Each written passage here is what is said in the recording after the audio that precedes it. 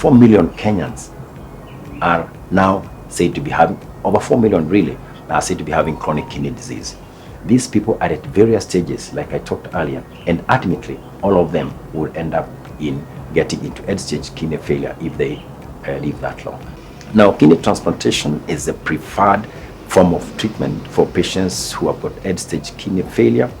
Now, over the time, like in our country, we have seen many more patients now getting transplanted because this service has now become available. For example, at the Kenyatta National Hospital, and for the last 10 years, around over 250 people have been transplanted.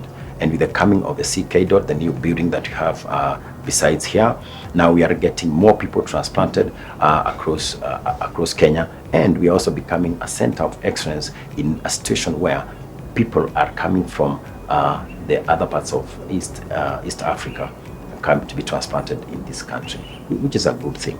It's not cheap, but we now know that NHIF is helping because it gives like 500,000 for every person who is transplanted. One of the biggest challenges is donors. We do not have very many donors as you'd expect, because donors must be fit, they must be healthy, and they also must have the same blood group, and they must be motivated.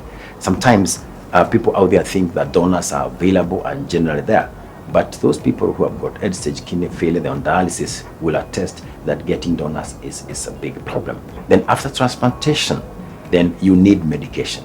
The drugs that you need, called immunosuppressants, must be taken daily. This ensures that these kidneys, the one that you've gotten, stays in the body without being rejected. Unfortunately, it's expensive because NHIF, as well today, is not paying for this, and people have to go into their pockets to get out money. And when I look back at patients who rejected their kidneys, they did reject their kidneys because they failed to get 1 or 2, 3, 4 days of medicine, and then their kidneys failed. There are also other reasons why kidneys don't work, but failing kidneys because of rejection is one of the commonest, and indeed the commonest way in which kidneys are lost, and this is because of immunosuppression.